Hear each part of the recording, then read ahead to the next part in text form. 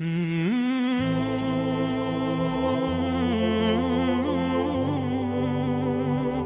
الرحمن الرحیم، الصلاة والسلام علی رسولہ الکریم وعلی آلہ وصحبہ اجمعین۔ مولانا الیاس صاحب رحمۃ اللہ علیہ کے ذریعے سے اللہ تعالیٰ نے امت کو اپنے اصل منصب کی طرف لوٹنے کے اسباب پیدا فرمائے۔ ایک زمانہ گزر گیا تھا، اپنے اصل جو فرض منصبی ہے لِتَكُونُوا شُهَدَاءَ عَلَى النَّاسِ، یہ کتنی واضح قرآن کی آیت۔ وَكَذَلِكَ جَعَلْنَاكُمْ أُمَّةً وَسَطًا لِتَكُونُوا شُهَدَاءَ عَلَى النَّاسِ۔ عام طور پہ اس کو شہداء علی الناس آخرت کے ساتھ جوڑ دیتے ہیں کہ قیامت کے دن تم لوگوں کے سامنے اس بات کی گواہی دو گے کہ نبیوں نے تیرا پیغام پہنچایا تھا۔ حالانکہ یہ ادھوری بات ہے، یہ آخرت مراد نہیں ہے یہاں صرف۔ لِتَكُونُوا شُهَدَاءَ وَسَطًا لِتَكُونُوا شُهَدَاءَ،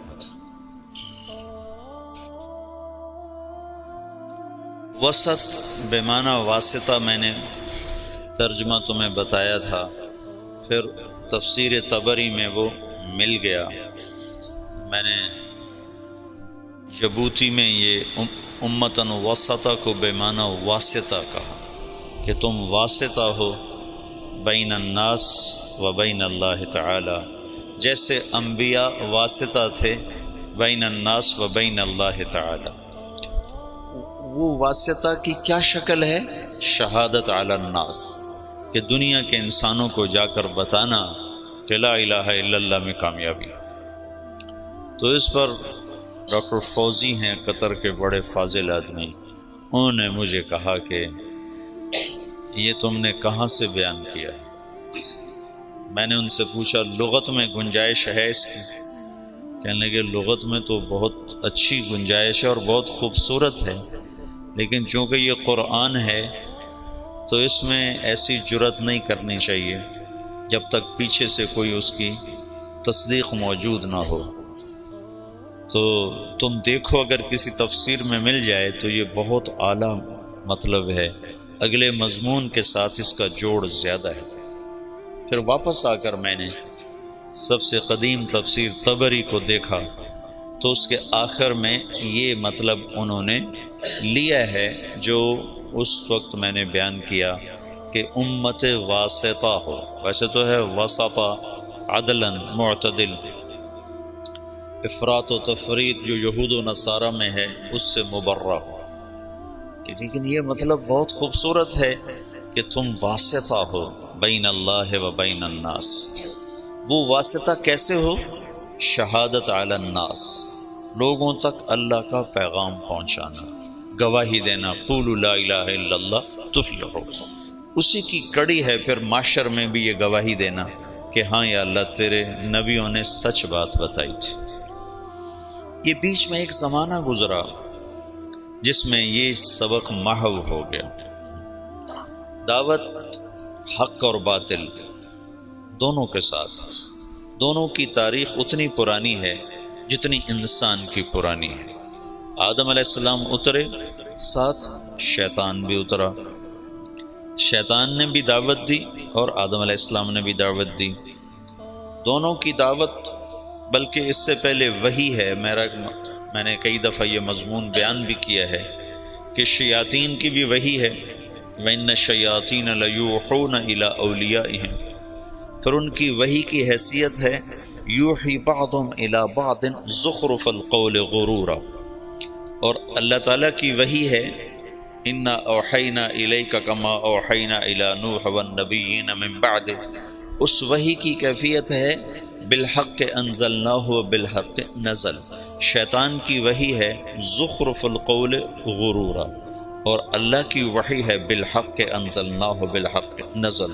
خود وہ اپنی ذات میں ذالکم اللہ ربکم الحق، پھر اس کا قول قولہ الحق، پھر اس کا نزول اور انزال دونوں حق بالحق انزلناہ بالحق نزل، اور جس پر اترا ہے وہ بھی حق، وآمنوا بما نزل علی محمد وہو الحق من ربہم، تو ہوا کا مرجع محمد بھی بنتا ہے۔ تو حق سے اللہ کی وحی مزین ہے، اور زخرف القول غرورا سے شیطان کی جو وحی ہے وہ مدلس اور ملمع ہے۔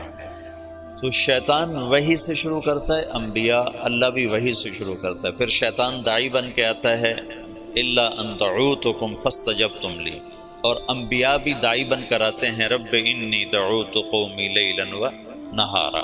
تو یہ دونوں ایک دفعہ میں نے قرآن میں دیکھا تو ساتھ ساتھ یہ کڑیاں چلتی ہیں۔ پھر شیاطین کی دعوت میں بھی فنائیت ہے، ثم لآتینہم من بین ایدیہم ومن خلفہم وعن ایمانہم وعن شمائلہم، یہ فنائیت ہے کہ بالکل اپنے آپ کو جھونک دوں گا۔ اور انبیاء کی دعوت میں بھی فنا ہو جانا ہے، رب انی دعوت قومی لیلا و نہارا، اور لعلک باخع نفسک الا یکون مؤمنین، اور لعلک باخع نفسک علی آثارہم ان لم یؤمنوا بہذا الحدیث اسفا، اور فلا تذهب نفسک علیہم حسرات۔ یہ آیات بتاتی ہیں کہ انبیاء کیسے فنا ہو کر دعوت میں لگتے ہیں، شیطان بھی فنا ہو کے لگتے ہیں، اپنا سب کو کہ بما اغویتنی لأزینن لهم فی الارض ولأغوینہم اجمعین، ایسی طاقتور تعبیر اپنی وہ اللہ تعالیٰ بتا رہا ہے، یہ یوں مجھ سے کہہ رہے ہیں۔ تو میدان میں چونکہ حق ایک معنوی چیز ہے، باطل بھی ایک معنوی چیز ہے، کیفیت ہے نا، میں کہتا ہوں اللہ ہی ایک ہے، ایک کیفیت ہے، اور ایک کہتا ہے بارش کا اللہ اور ہے، اور سورج کا اللہ اور ہے، اور اولاد کا اللہ اور ہے، وہ بھی ایک کیفیت ہے۔ میں اللہ میں شریک ٹھہراتا ہوں، اللہ نہ کرے، اور ایک اللہ، میں اللہ کو واحد مانتا ہوں، یہ کیفیات ہیں۔ تو کیفیات کو وجود میں لانے کے لیے ڈنڈا نہیں ہوتا ہے، دعوت ہوتی ہے۔ کیفیات کو اندر میں اتارنے کے لیے طاقت نہیں ہے، دعوت ہے، ڈنڈا نہیں ہے، دعوت ہے۔ اکثر انبیاء فقراء ہیں، مساکین ہیں۔ تو یہ دعوت کا سلسلہ آدم علیہ السلام سے عیسیٰ علیہ السلام تک چلا ہے، لکل قوم ہاد وَإِن مِّنْ أُمَّةٍ إِلَّا خَلَا فِيهَا نَذِيرٌ، یہ عیسیٰ علیہ السلام تک۔ یہ ایک عورت آئی عیسیٰ علیہ السلام سے مسئلہ پوچھنے، تو فرمایا بنی اسرائیل سے ہو کا؟ نہیں۔ کہا اماں میں بنی اسرائیل کی گم شدہ بھیڑوں کو تلاش کرنے آیا ہوں، میں تمہارے لیے پیغام نہیں لایا۔ لکل قوم ہاد، جالینوس اور عیسیٰ علیہ السلام کا زمانہ ایک ہے۔ یہ جوارش جالینوس یہ یونانی تھا، مصر میں رہتا تھا، موحد تھا۔ اسے کسی نے کہا کہ ایلیا میں یروشلم بیت المقدس جو آج کا نام ہے فلسطین میں ایک حکیم ہے جو مردے زندہ کر دیتا ہے۔ تو جالینوس نے کہا وہ یقیناً نبی ہوگا، مردے زندہ کرنا کسی طبیب کا کام نہیں ہے۔ تو جالینوس کے ذمہ ایمان لانا نہیں تھا عیسیٰ علیہ السلام پر، کہ وہ مصر میں ہے، بنی اسرائیل سے نہیں ہے، یونان سے ہے۔ لیکن جب اللہ نے ہمارے نبی کو بھیجا تو اللہ نے قانون بدل کر کہا تبارک الذی نزل الفرقان علی عبدہ لیکون للعالمین نذیرا وما ارسلناک الا کافۃ للناس بشیرا ونذیرا وما ارسلناک الا رحمۃ للعالمین قل یا ایھا الناس انی رسول اللہ الیکم جمیعا۔ یہ ساری آیات بتاتی ہیں کہ اللہ نے قانون بدلا، سارا عالم۔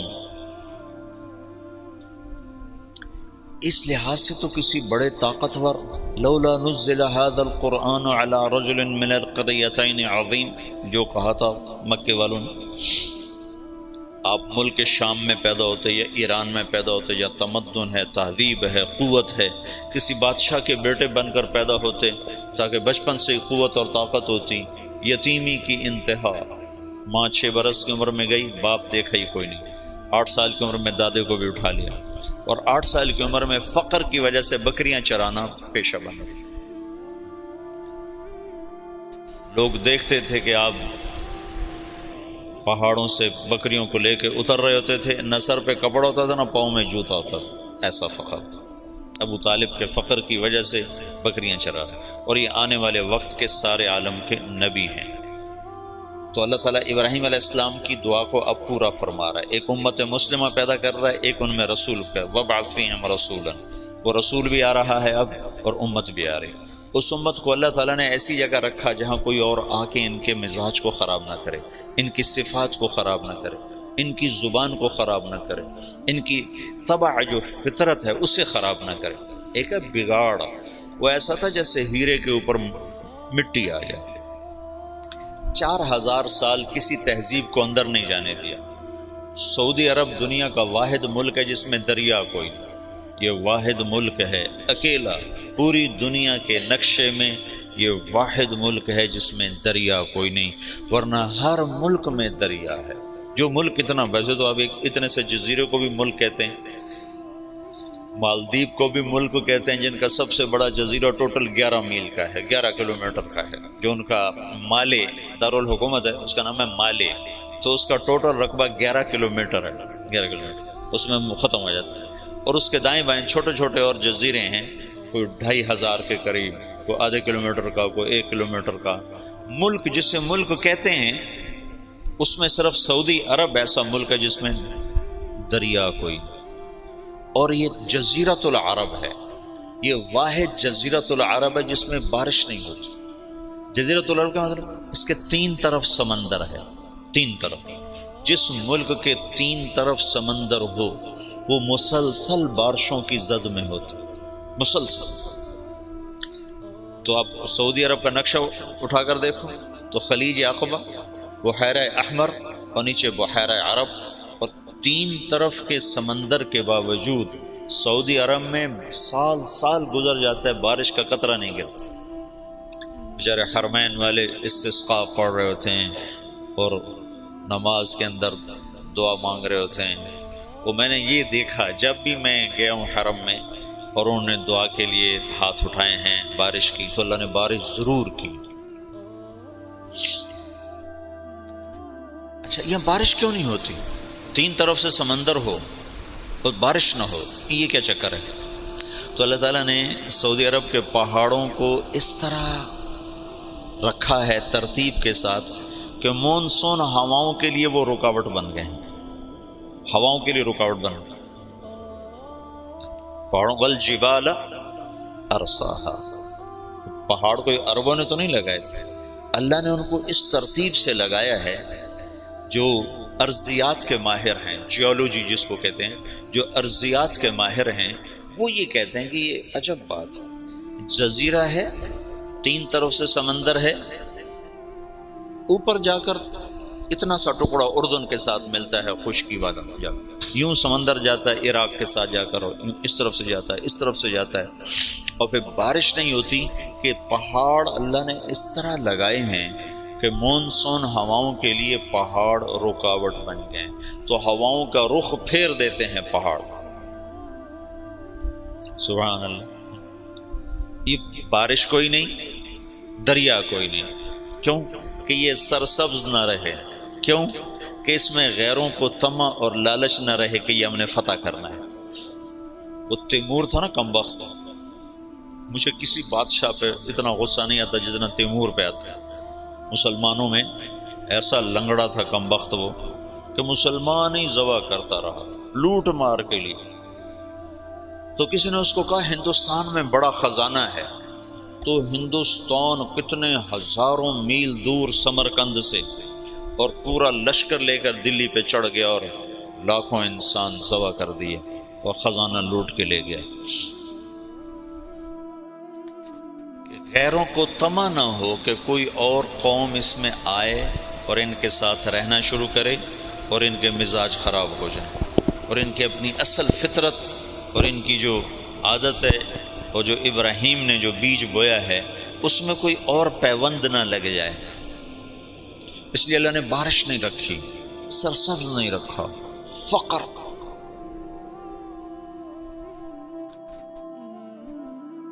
لہذا حدود کے اوپر سلطنتیں قائم کی۔ ایران نے ہیرا کو قابو کیا اور نصارہ نے یمن کو قابو کیا، لیکن جو اندر ہے وہ 4000 سال ایسے، یہ جو بیج بنتا ہے نا، بیج کپاس کا بیج، گندم کا بیج، اس کو 10 سال لگتے ہیں۔ پہلے اس کو اگاتے ہیں، پھر اس کے ساتھ ایک اور کو اس کے ساتھ پیوند کرتے ہیں، پھر اس میں سے بیج آتا ہے، پھر اس کو اگاتے ہیں، پھر اس کے ساتھ دوسرا پیوند کرتے ہیں، پھر اس کو نکالتے ہیں، پھر اس کے ساتھ دوسرا لگاتے ہیں۔ 10 برس کے بعد ایک بیج تیار ہوتا ہے کہ آپ دیکھتے ہو کہ ایک کھیت ہے، وہ سارے جتنے بھی اس میں پودے ہیں ان کا ایک رنگ ہے، پتوں کی ایک شکل ہے، ایک سائز ہے، ایک قد ہے۔ یہ ایسے نہیں ہے، اس کے پیچھے 10 برس لگے ہیں کہ ایسا بیج تیار کیا جائے جو ایک سائز کی ہر شے تیار کرے۔ تو محمد مصطفیٰ اور صحابہ کو تیار کرنا ہے تو یہ دنیا اسباب کی جگہ ہے، اللہ تعالیٰ ایک پل میں کر سکتا ہے، لیکن اتنی بڑی ہستیوں کو وجود میں لانے کے لیے 4000 سال کا سفر چاہیے۔ ایک کپاس کے بیج کو 10 سال کا سفر چاہیے، تو آخری نبی کو اور آخری نبی کے جان نثاروں کو وجود میں لانے کے لیے 4000 سال کا سفر ضروری تھا، اور اس میں کوئی اور شامل نہ ہو، انہی کو اللہ تعالیٰ خالص کرتا گیا کرتا گیا کرتا گیا کرتا گیا۔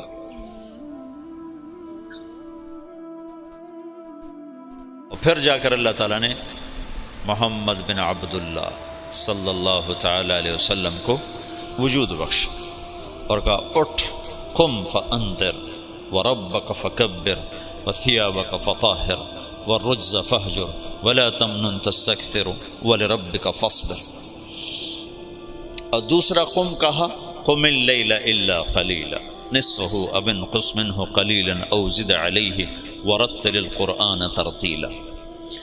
تو اللہ کا نبی موجود ہے، صحابہ موجود ہیں، اور قرآن اتر رہا ہے، اپنی جگہ پر آیت فٹ ہو رہی ہے۔ عمر رضی اللہ تعالیٰ عنہ نے عبداللہ بن عباس سے پوچھا یہ کیسے اختلاف ہو جائے گا؟ اللہ کے نبی نے خبر تو دی تھی کہ اختلاف ہو، من یعش منکم من بعدی وسیرا اختلافا کثیرا۔ تو حضرت عمر کہنے لگے اختلاف کیسے ہوگا؟ قرآن تو ایک ہے اور رسول بھی ایک ہے۔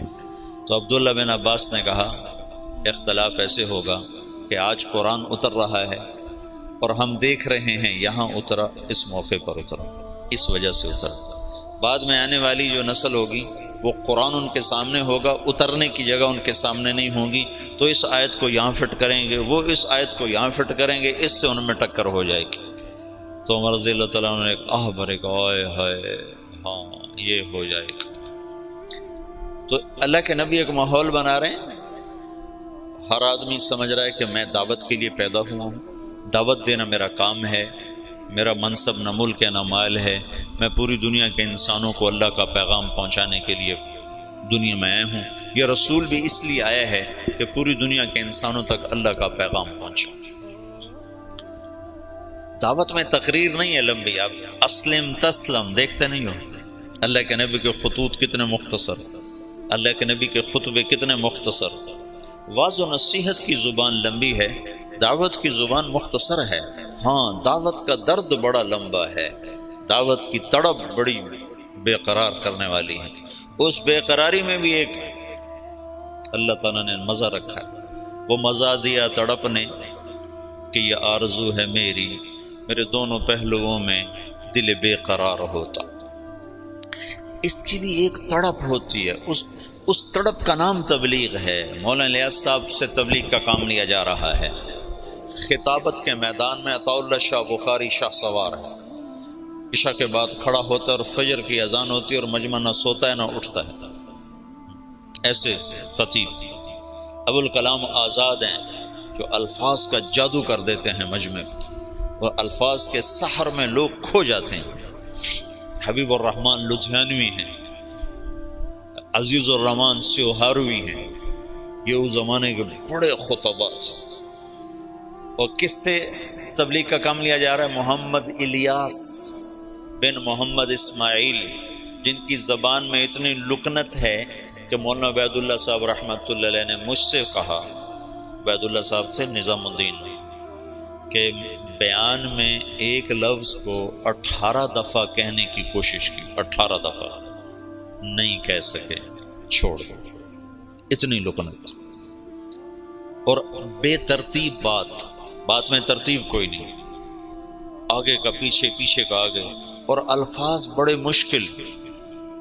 وہ زمانہ تھا فارسی عربی زبانوں پہ چڑھی ہوئی تھی، تو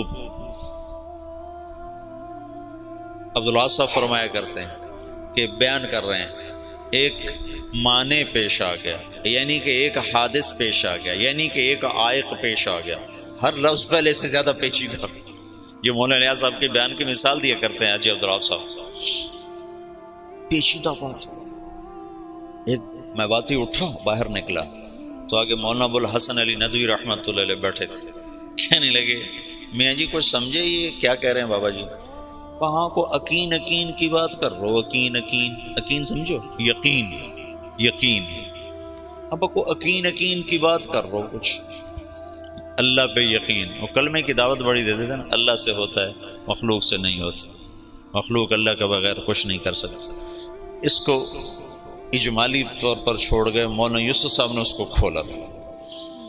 تو خطابت کے شاہ سواروں کو چھوڑ کر، جس کو بولنا بھی نہیں آتا، موسیٰ علیہ السلام کی سنت کو زندہ کیا جا رہا ہے کہ اٹھ تو جا، اذهب الى فرعون انه طغى۔ وہ کہتے ہیں لا ينطلق لسانی، میں تو بول نہیں سکتا ہوں، رب تجھے میں نے پسند کیا ہے، اصطنعتک لنفسی، تو میرا انتخاب ہے، تو جا۔ کہا اچھا پھر میرا بھائی تو میرے ساتھ کر، کچھ بولے تو صحیح۔ کہا اچھا چل وہ بھی لے جا۔ تو ایک ماحول ہے دعوت کا، اور صحابہ سمجھ رہے ہیں کہ ہم ملک و مال کے لیے نہیں آئے، فتوحات کے لیے نہیں آئے، ہم دعوت دینے کے لیے آئے ہیں۔ اور ایک فضا بنی ہے جس میں ہر بچہ، ہر عورت، ہر مرد، اس کا اندر کا ایک غم ہے کہ میں کس طرح لوگوں کو جہنم سے نکالنے کا سبب اور ذریعہ بن جاؤں۔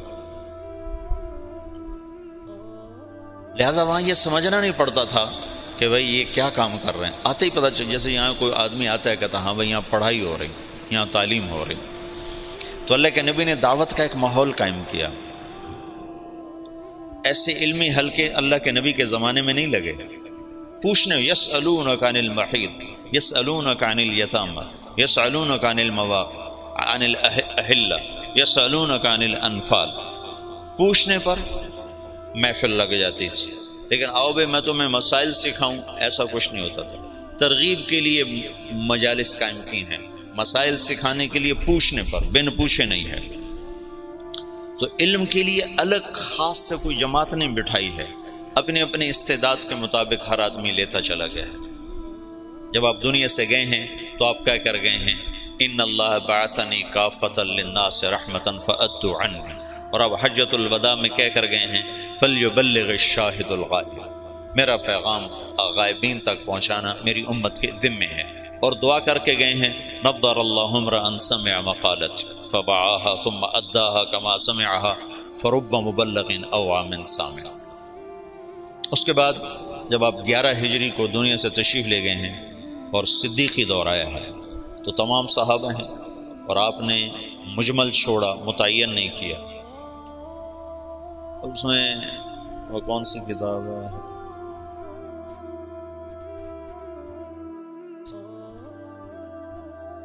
سیوطی نے خلفاء پر کتاب لکھی، تاریخ الخلفاء۔ تاریخ الخلفاء میں ایک روایت ہے کہ صحابہ نے کہا یا رسول اللہ استخلف،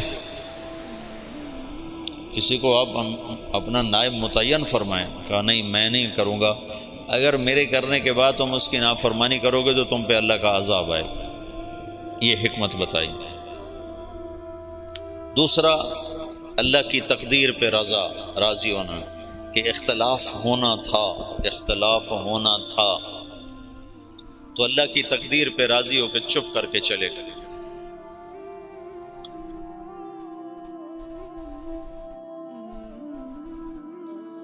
انصار کی بہت بڑی قربانی ہے اس موقع پر۔ جب آپ کا انتقال ہوا ہے تو آپ کی طبیعت پہلے ٹھیک ہو چکی تھی، ابوبکر چلے گئے حوالی، اور پیچھے صرف ازواج مطہرات ہیں۔ آپ کے انتقال پر وہ وہاں سے آئے ہیں اور افراتفری مچی ہے، رونا دھونا مچا ہے۔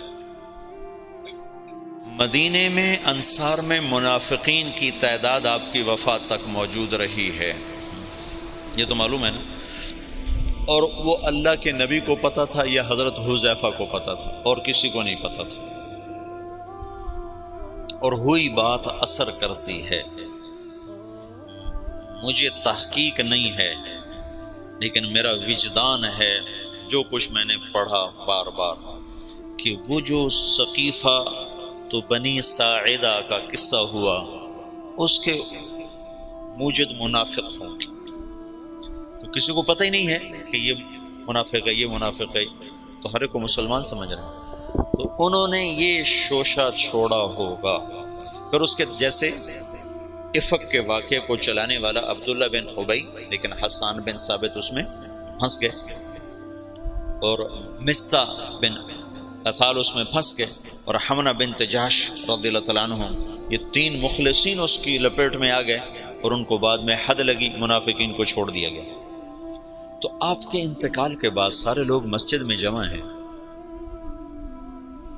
انصار جمع ہو گئے بنو ساعدہ کے ڈیرے پر، بیٹھنے کی جگہ۔ آج کل وہاں ایک باغیچہ بنا ہوا ہے، اور وہ ہے قبلہ جنوب میں ہے، قبلہ وہاں سے یہ جنوب ہے نا، جنوب میں ہے، تو قبلہ کے اس طرف چھوٹا سا باغیچہ بنا ہوا ہے، اب بھی ہے، وہ سقیفۃ بنی ساعدہ، بنو ساعدہ کا ڈیرا تھا۔ وہاں جو لوگ جمع ہوئے، آج تک یہ مجمل ہے، کیسے جمع ہوئے، کس نے دعوت چلائی، کس نے جمع کیا۔ جتنی تاریخ میں نے مطلب دین کو تھوڑا پڑھا ہے، تاریخ کو زیادہ پڑھا ہے، تو کسی کتاب میں یہ نہیں ملا کہ کون جمع کرنے کا سبب بنا، لیکن تسلسل سے پڑھنے سے میرا ایک تاثر بنا ہے کہ یہ تحریک منافقین نے چلائی ہوگی، پھوٹ ڈالنے کی اور توڑ پیدا کرنے کے، تو انہیں سعد بن عبادہ رضی اللہ تعالیٰ عنہ کو تیار کر لیا کہ یہ امیر ہوگا، اب یہ امیر ہوگا۔ تو یہ آپس میں وہ باتیں کر رہے ہیں، محرک اس کے یقیناً آخرت میں تو بھید کھل جائے گا، انشاءاللہ مجھے یقین ہے آخرت میں وہ مجرم سامنے آئیں گے کہ منافق ہی تھے جنہوں نے یہ ساری اسکیم چلائی، اور صحابہ کو اس میں استعمال کر لیا کہ وہ بشر تھے، خطا سے پاک نہیں تھے، معصوم عن الخطا نہیں تھے۔ تو ابوبکر کے پاس ایک آدمی نے، تو ادھر بیٹھ، اور وہاں امت کے توڑنے کا نظام بن چکا ہے۔ تو ابوبکر رضی اللہ عنہ اور عمر رضی اللہ تعالیٰ عنہ، ابو عبیدہ رضی اللہ تعالیٰ عنہ، یہ تین حضرات نے دوڑ لگائی، ایسی افراتفری میں گئے۔ اس وقت غسل شروع تھا، حضرت علی ادھر مشغول تھے، اور وہاں وہ اس کے لیے جا ہی نہیں رہے کہ مجھے خلیفہ بنایا جائے، تو اس فتنے کو دبانا چاہتے ہیں۔ وہاں پہنچے تو سعد بن عبادہ نے چادر اڑی ہوئی ہے، وہ بیمار سے تھے، اور وہاں بات چل رہی کہ اب امارت ہماری چلی، ہم اللہ کے نبی کے انصار ہیں، ہم نے آپ کو ٹھکانہ دیا، ہم نے آپ کو مشکل وقت میں ساتھ دیا، ہم وہ تھے جو مشقت میں آگے اور راحت میں پیچھے، لہذا امیر ہمارا ہوگا۔ تو عمر رضی اللہ تعالیٰ عنہ پہلے بولنے لگے، ان کا میں نے سوچا کہ میں بات کرتا ہوں، تو ابوبکر صدیق نے مجھے روک دے کر بیٹھ جاؤ، اور ابوبکر رضی اللہ تعالیٰ عنہ کھڑے ہوئے نا۔ اس سے پہلے حباب بن، جب ابوبکر رضی اللہ تعالیٰ عنہ کھڑے ہوئے، ان کا دیکھو تم نے سنا تھا نا کہ اللہ کے نبی نے کہا تھا الائمۃ من قریش، خلافت قریش کے پاس رہے گی، عرب جس کے سامنے سر جھکاتا ہے وہ صرف قبیلہ قریش ہے اور کوئی نہیں ہے۔ تو حباب بن منذر رضی اللہ تعالیٰ عنہ وہ شخص ہیں جنہوں نے بدر میں رائے دی تھی کہ خیمے ادھر سے اکھاڑ کے ادھر لگائیں، تو جبریل نے آ کر کہا تھا کہ اللہ تعالیٰ فرما رہے ہیں کہ حباب کی رائے پہ عمل کیا جائے۔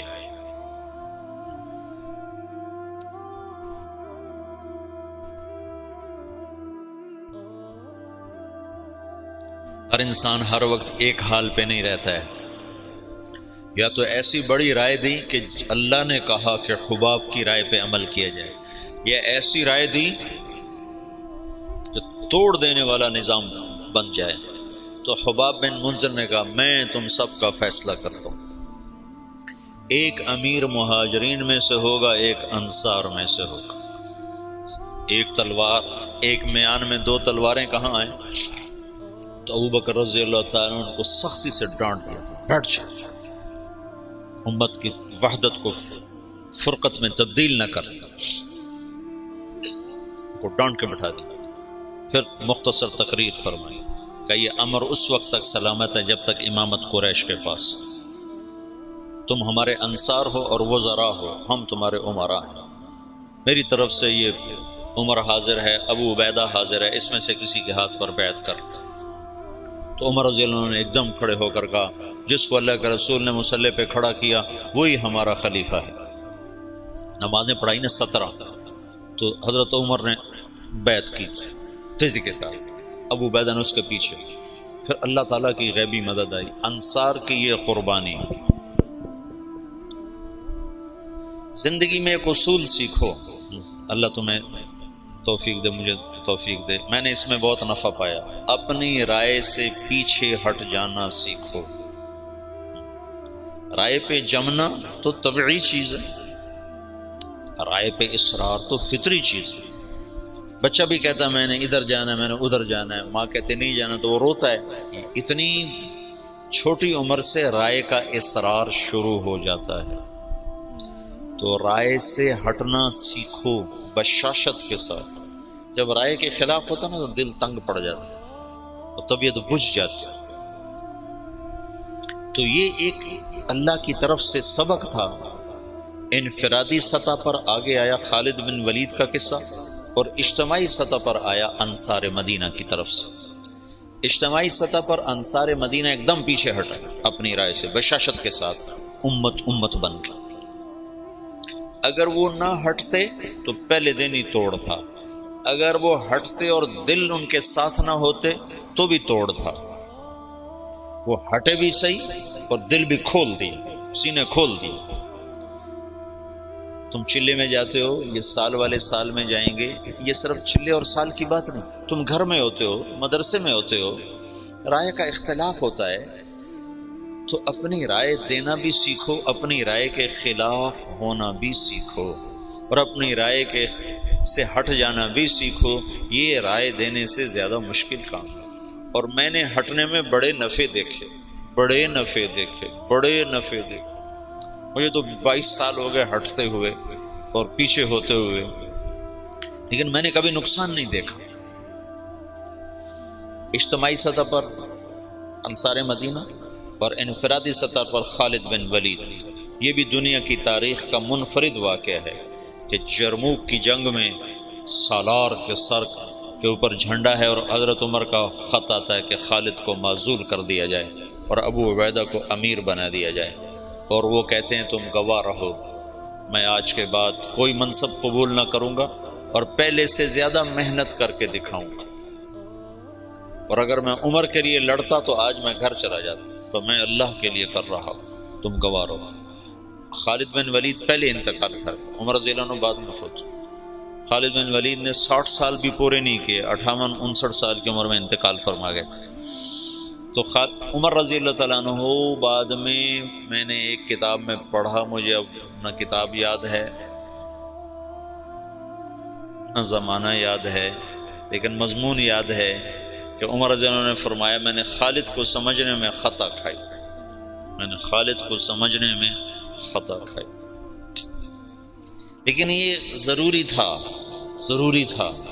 اس واقعے کا ہونا بہت ضروری تھا کہ آئندہ اندھیرے آنے والے ہیں، ان میں کچھ شمع روشن ہونی چاہیے، ان میں کچھ دیے جلنے چاہیے، ان میں کچھ چاند چمکنے چاہیے، تاکہ نہ ماننے والوں پر حجت قائم ہو اور بھٹکے ہوں کو راستہ مل جائے کہ یوں بھی رائے سے ہٹا جاتا ہے، یوں بھی قربانی دی جاتی ہے۔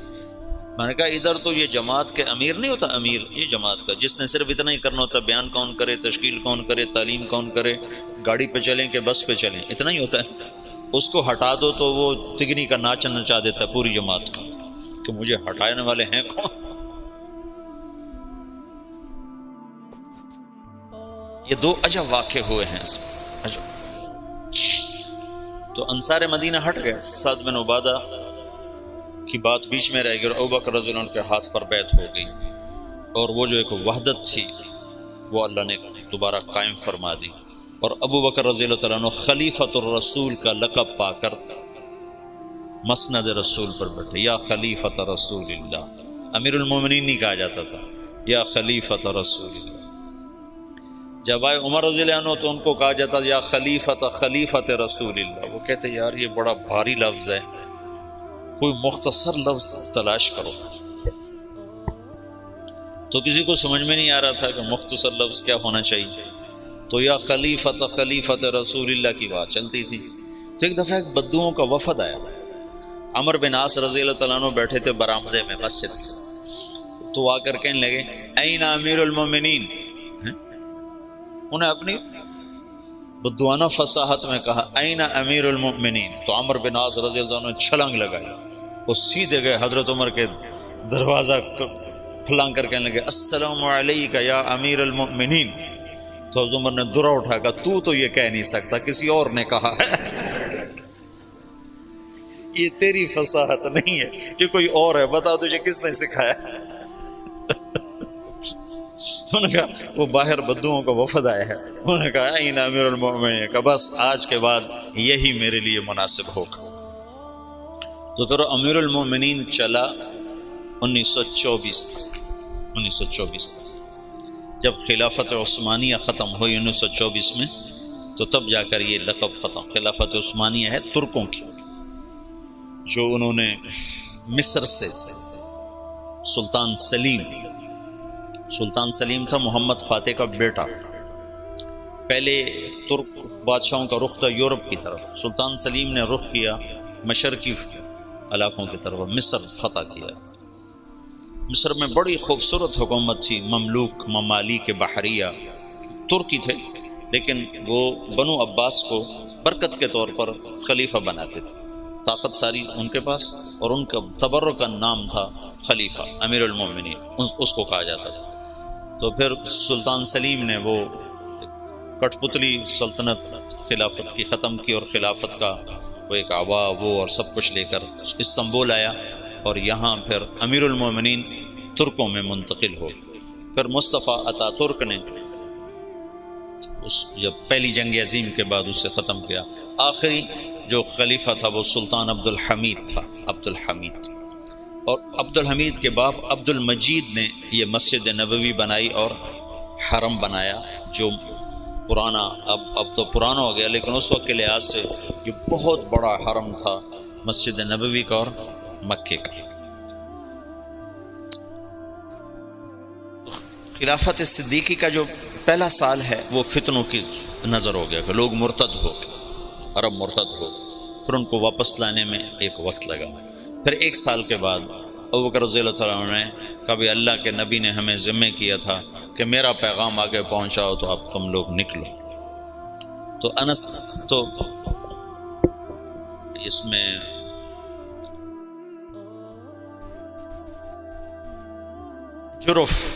جرف میں آ کر قافلے جمع ہونے شروع ہوئے صحابہ کی، تو جب وہ ان کو روانہ کرنے کے لیے تشریف لائے تو کہنے لگے یہ تھوڑے ہیں، بہت بڑی مہم ہے، آدمی کون مہیا کرے گا؟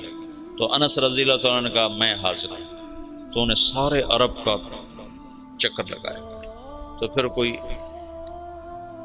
1,00,000 کے قریب عرب اکٹھے ہوئے، صحابہ بھی تابعین بھی، اور ان کو 6 حصوں میں تقسیم کیا۔ 4 لشکر بھیجے شام، 2 بھیجے عراق، خالد بن ولید اور مثنى بن حارثہ کو بھیجا عراق، اور یزید بن ابی سفیان ان کو دمشق کی طرف، ابو عبیدہ بن جراح کو حمص کی طرف، عمرو بن عاص کو فلسطین کی طرف، اور شرحبیل بن حسن ان کو شام کی طرف۔ یہ 4 لشکر ادھر اور 2 لشکر عراق کی طرف۔ یہ جو جانے والے ہیں ان کے سامنے صرف دعوت ہے اور کچھ نہیں، جو بھیجنے والے ہیں ان کے سامنے صرف دعوت ہے اور کچھ نہیں، کہ ہم لوگوں کو قتل کرنے نہیں جا رہے، ان کا ملک چھیننے نہیں جا رہے، ان کو اللہ کا پیغام سنانے جا رہے۔ پھر یہ ریلا اٹھا ہے، خلافت راشدہ میں دعوت کا نظام مکمل چلا۔ پھر خلافت عثمانی کے 6 سال اسی طرح گزرے ہیں۔ پھر 6 سال کے بعد وہ وَسَيَرَا اختلافاً کثیرا، اختلاف کا سلسلہ شروع ہوا، جس کی آخری کڑی عثمان رضی اللہ عنہ کی شہادت ہے۔ مسجد قباء میں کھڑے ہو، قبلے کی طرف منہ کرو تو سیدھے ہاتھ ایک میدان اب بن گیا ہے، کھجوریں لگیں، یہاں کنواں ہوتا تھا، اس کا نام تھا عریس۔ تو اللہ کے نبی کی انگوٹھی منتقل ہوئی ابو بکر کی طرف، پھر ہوئی عمر کی طرف، پھر ہوئی عثمان کی طرف۔ عثمان رضی اللہ تعالیٰ عنہ بیر عریس پر کھڑے ہیں، وضو کرنے لگے تو خادم کو انگوٹھی پکڑائی، اس نے یوں ہاتھ کیا، انہیں ایسے رکھی، اس کے ہاتھ سے پھسلی اور کنویں میں چلی گئی۔ تو عثمان رضی اللہ تعالیٰ عنہ نے کنویں کا سارا پانی نکلوا دیا اور نیچے سے مٹی کھدوا دی اور انگوٹھی نہیں ملی، اٹھا لی اللہ تعالیٰ، خاتم نبوت۔ میں نے وہ کنواں فوٹو میں دیکھا ہے، ویسے نہیں دیکھا، چھوٹا سا کنواں، اور اس میں پانی بھی اتنا زیادہ نہیں ہوتا تھا، عرب کے کنویں میں تھوڑا سا پانی ہوتا تھا۔ سارا ڈھونڈ مارا، انگوٹھی نہیں۔ اس انگوٹھی کے گم ہوتے ہی اختلاف اور افتراق، اور عبداللہ بن سبا جو یہودی تھا اور مسلمان بن کے داخل ہوا، جو شیعہ مذہب کی بنیاد بننے جس نے ڈالی، وہ اختلاف چلتے چلتے چلتے چلتے آخر حضرت عثمان رضی اللہ عنہ کی شہادت پر ختم ہوا۔ اللہ کے نبی نے حضرت عثمان سے فرمایا تھا، میرے بعد تجھ سے خلافت کی کرتے کو اتارنے کے لیے کہا جائے گا، تم نے کرتا نہیں اتارنا، شہادت کو قبول کرنا ہے، ورنہ تیرا میرا آخرت میں جوڑ نہیں ہو سکے گا، مجھ سے مل نہ پاؤ گے۔ تو ان لوگوں نے مطالبہ کیا، فسادیوں نے، کہ تم حکومت چھوڑ دو، ہم تمہیں کچھ نہیں کہتے۔ کہا یہ تو میں نہیں چھوڑوں گا، میں صابر محتسب قتل ہو جاؤں گا، یہ کام نہیں کروں گا، شہید ہو گئے۔ تو علی رضی اللہ تعالیٰ عنہ کو خلیفہ بنے، انتہائی تشویشناک حالات۔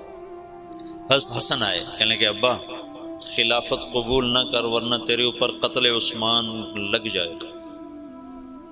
حسن رضی اللہ عنہ اتنے صاحب فراست تھے کہ انتہا کی بات، کہ ابا خلافت قبول نہ کر، تیرے اوپر قتل عثمان کا داغ لگ جائے گا۔ کہا میرے اوپر کیسے لگ سکتا ہے، میں تو بری ذمہ ہوں۔ اچھا پھر دیکھ لیں۔ اور اس وقت وہ انکار بھی نہیں کر سکتے تھے، اتنے پھنسے ہوئے تھے۔ بیعت فرمائی، بیعت کا ہونا تھا کہ یہ بات چل پڑی کہ یہ علی نے عثمان کو قتل کروایا ہے خلافت پر قبضہ کرنے کی۔ کہ ابا میں تمہیں کیا کہتا تھا۔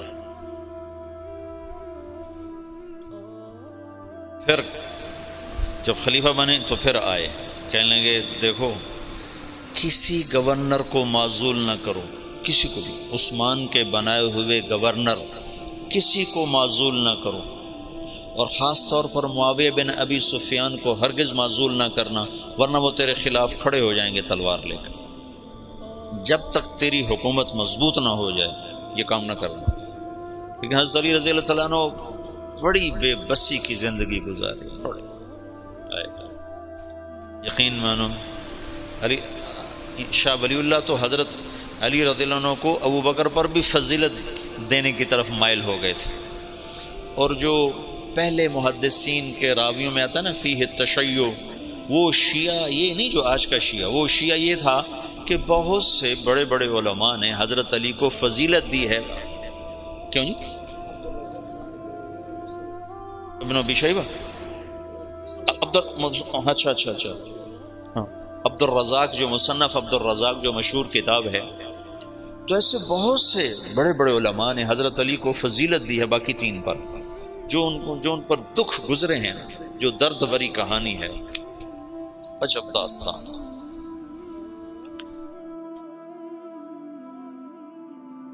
انہیں معزول کر دیا حضرت معاویہ رضی اللہ عنہ کو، معزول کرنا تھا، وہ کھڑے ہو گئے۔ حالات ایسے بن گئے تھے، شام والوں نے زید بن ثابت رضی اللہ عنہ نے حضرت عثمان کا کرتا اور حضرت نائلہ کی کٹی ہوئی انگلیاں، جب وہ قتل کیا گیا تو نائلہ سامنے آئی بیوی، تو ان کی انگلیاں کٹ گئیں، اور وہ کرتا جس میں وہ شہید کیے گئے وہ حضرت زید بن ثابت نے اتار لیا اور انگلیاں لے کر شام جا کر معاویہ کو پکڑا، معاویہ رضی اللہ تعالیٰ عنہ نے لے کر جامع مسجد دمشق میں لٹکا دیا۔ اب کون تحقیق کرے گا کہ کس نے قتل کیا کس نے نہیں کیا؟ ایسی غلط فہمی کی ہوا چلی کہ سب نے حضرت علی پر الزام لگا دیا کہ علی ہی عثمان کے قاتلوں کو پناہ دینے والا ہے، اور اسی سے یہ ہوا ہے، وہ بری الذمہ پاک پاکیزہ۔ پر اللہ کی تقدیر تھی، یہ جنگ جمل بھی ہونی تھی، جنگ صفین بھی ہونی تھی، اللہ کا نظام تھا، اس میں بھی اس کی حکمتیں رحمتیں چھپی ہوئی ہیں۔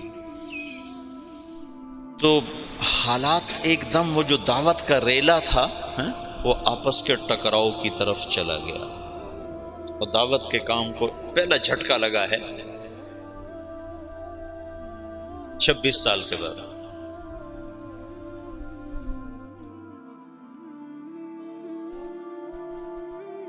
جنگ جمل کی نوبت آ گئی، جب بیعت ہونے لگی تو سب سے پہلے بیعت کی حضرت طلحہ نے، ان کا یہ ہاتھ بیکار ہو گیا تھا احد کی لڑائی میں نا، تلوار وہ تیروں کو سہتے سہتے جو اللہ کے نبی پر تیر آتا تو آگے ہاتھ کر دیتے تھے، تو سارا ہاتھ ختم ہو گیا تھا، وہ الٹے ہاتھ سے لڑتے تھے۔ اس کے بعد تو انہوں نے جب بیعت کی نا تو ایک آدمی نے کہا اوہو یہ بیعت تو ٹھیک نہ ہوگی، وہ بیکار ہاتھ سے کی نا، تو انہوں نے فال لی اس سے، اللہ کے نبی بھی فال لیتے تھے، کَإِنَّ هَذِهِ الْبَيْعَةَ لَا تَطِعُ، یہ کام سرے نہیں چڑھے گا۔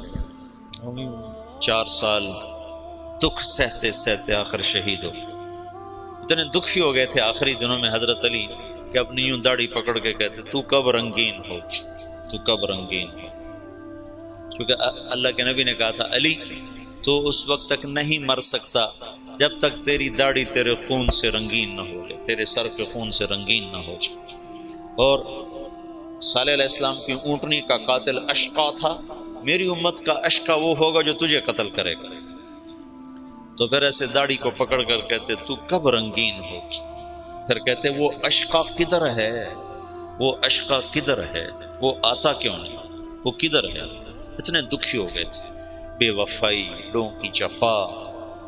حضرت معاویہ رضی اللہ عنہ کو شام کا ٹکڑا ملا جو بڑے سلیقے والے، بڑے طریقے والے، بڑے وفادار، اور حضرت علی رضی اللہ عنہ کو کا امتحان بڑا تھا، بڑوں کے امتحان بھی بڑے، ان کو عراق ملا جہاں کے لوگ منافقانہ عادات اور ہر جتنے بھی عیب، اس لیے تو حجاج اللہ نے ان پہ مسلط کیا، عراق والوں پہ بھرے ہوئے، بے وفائیوں سے بھرے ہوئے۔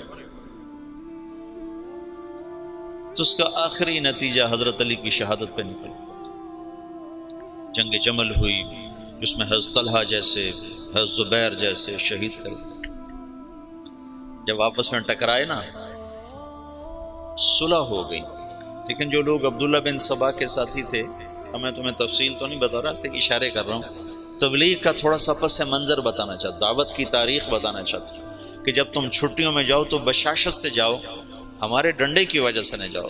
جو ڈنڈے کی وجہ سے جاتے ہیں وہ موبائل سے کھیلتے رہتے ہیں، ادھر تعلیم ہوتی ہے ادھر وہ موبائل سے کھیل رہے ہوتے ہیں، ادھر گشتور ہوتا ہے ادھر وہ اپنے اخبار بیٹھے پڑھ رہے ہوتے ہیں۔ تو ایسا چلہ مجھے نہیں چاہیے، گھر چلے جاؤ زیادہ بہتر ہے۔ میں چاہتا ہوں تم بشاشت کے ساتھ اللہ کی راہ میں نکلو کہ تمہیں فائدہ تو ہو، تمہیں نفع تو ہو، اپنے نفس کے ہاتھوں نہ مارے جاؤ، یہ ہماری وجہ سے نہ تم ایسے ہی علی رغم انف نہ جاؤ، بے بشاشت القلوب جاؤ۔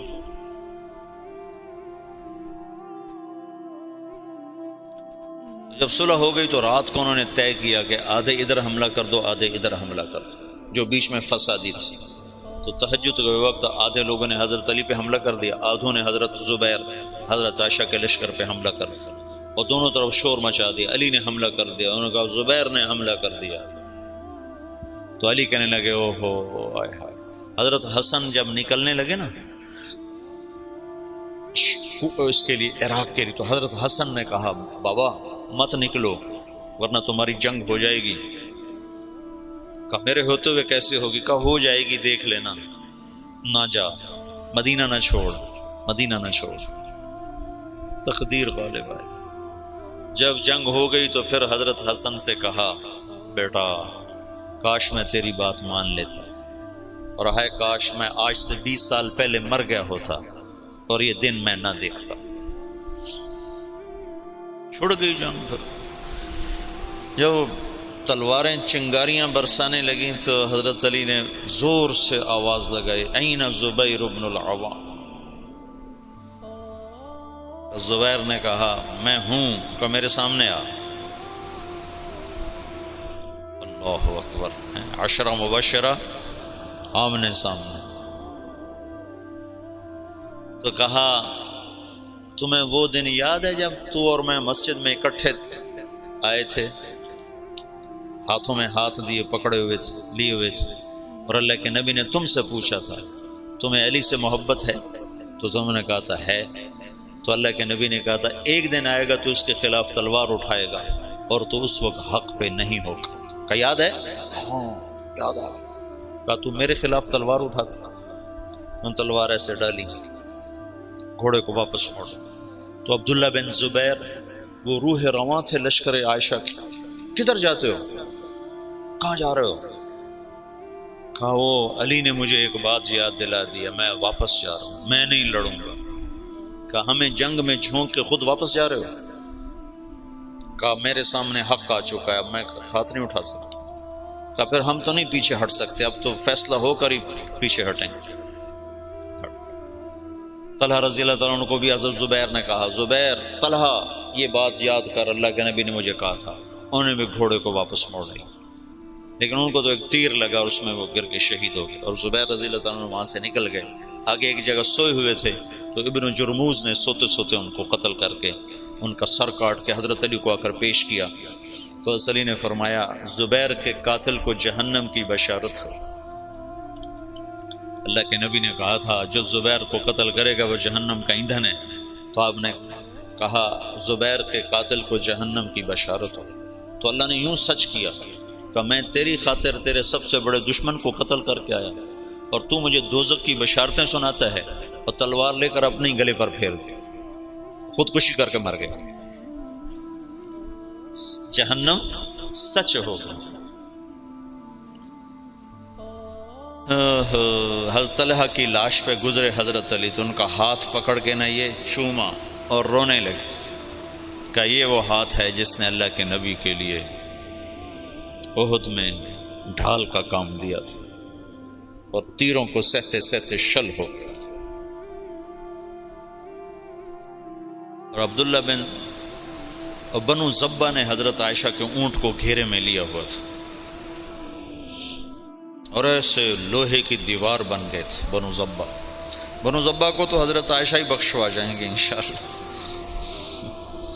کہتے الموت احلی عندنا من العسل نحن بنو ضبۃ اصحاب الجمل نحن بنو الموت اذ الموت نزلی ننعبن عفان باطراف الاسل رد علینا شیخنا ثم بجلی۔ یہ رجز پڑھ رہے تھے اور جان کی بازی لگا رہے تھے۔ ایک دفعہ ایک شخص ملنے آیا حضرت عائشہ رضی اللہ تعالیٰ عنہ سے، کہا کہاں سے ہو؟ کہا میں بنو زبہ سے ہوں۔ کہا ایک نوجوان میرے اونٹ کے پاس شعر پڑھ رہا تھا، اس کو جانتے ہو؟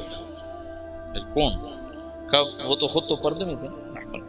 کہا ایک نوجوان کے آواز آ رہی تھی، کہہ رہا تھا یا امنا خیر ام نعلم،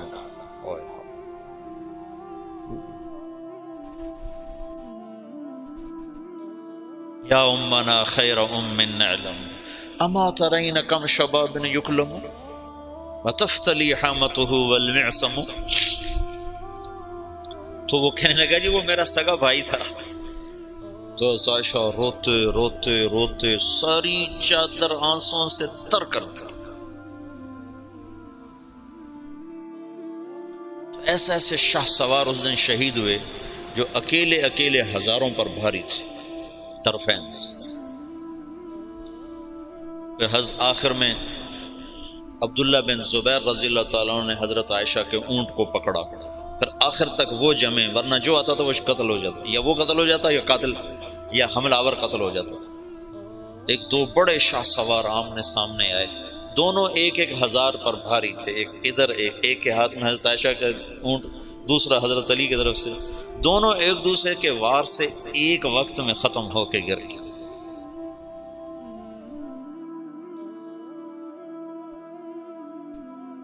اوئے ہوئے ہوئے۔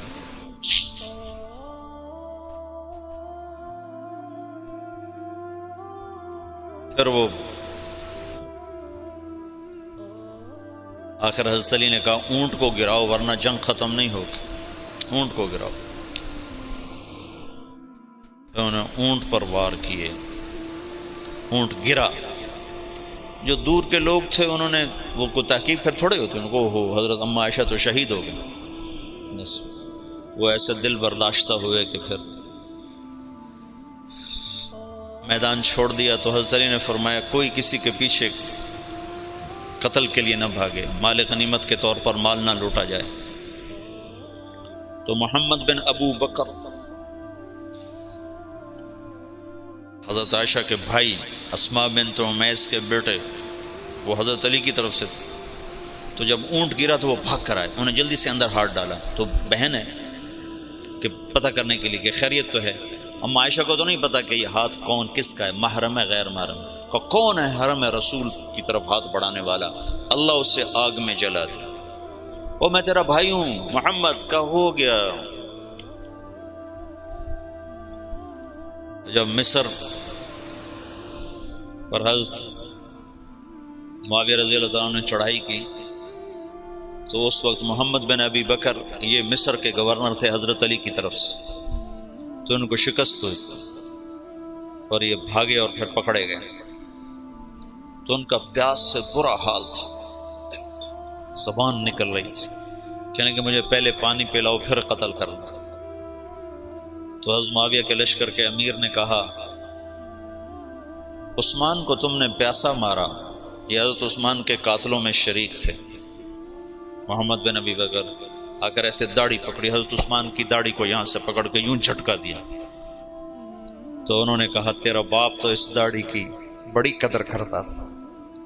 تو ایسی شرم آئی کہ واپس چلے گئے، بس اس کے بعد حصہ نہیں لیا، لیکن بس داڑھی پکڑنا ہی کافی ہو گیا تھا۔ تو انہوں نے کہا عثمان کو پیاسا مارتے ہو، خود پانی مانگتے ہو، کہ تمہیں اسی پیاسا قتل کروں۔ معاویہ بن خدیج ایسے کوئی امیر کا نام تھا، مجھے پورا نام یاد نہیں ہے، ذہن سے نکل گیا۔ قتل کیا، پھر ایک گدھے کی کھال میں اس کی لاش کو لپیٹ کر اسے آگ لگا دی اور وہ جل گئے۔ حضرت عائشہ کا فرمان سچا ہوا، اللہ اسے آگ میں جلا دی۔ تو ایک دفعہ جو دعوت کو جھٹکا لگا ہے، یہ اللہ کا نظام تھا، اختلاف ہونا تھا۔ حضرت علی کی شہادت پر ایک دور ختم ہوتا ہے، حضرت حسن رضی اللہ عنہ خلیفہ بنتے ہیں، پھر وہ 6 مہینے بعد حضرت معاویہ کے حق میں دستبردار ہو جاتے ہیں، اور پھر دوبارہ دعوت کا دور چلتا ہے، اور پھر دعوت اپنے علی قدم و ساق قائم ہوتی ہے، اور پھر وہ اسلام کی ریل پیل لہل بہر دوبارہ واپس آتی ہے جب حضرت معاویہ رضی اللہ تعالیٰ عنہ خلافت کو سنبھالتے ہیں۔ یہ آج کی مجلس میں اتنے کافی ہے، آئندہ بھی میں روز ایسی مجلس میں تھوڑا تھوڑا آپ کو پیچھے سے لے کر مولانا الیاس صاحب تک مختصر کر کے سناؤں گا، چونکہ میں اب مطالعہ تو کر نہیں سکتا کہ پڑھوں اور مستحضر کروں، جو مجھے یاد ہوگا وہ تمہیں بتا دوں گا، جو بھول گیا سو بھول گیا، جو تھوڑا بہت یاد ہے وہ میں تمہیں بتاتا رہوں گا۔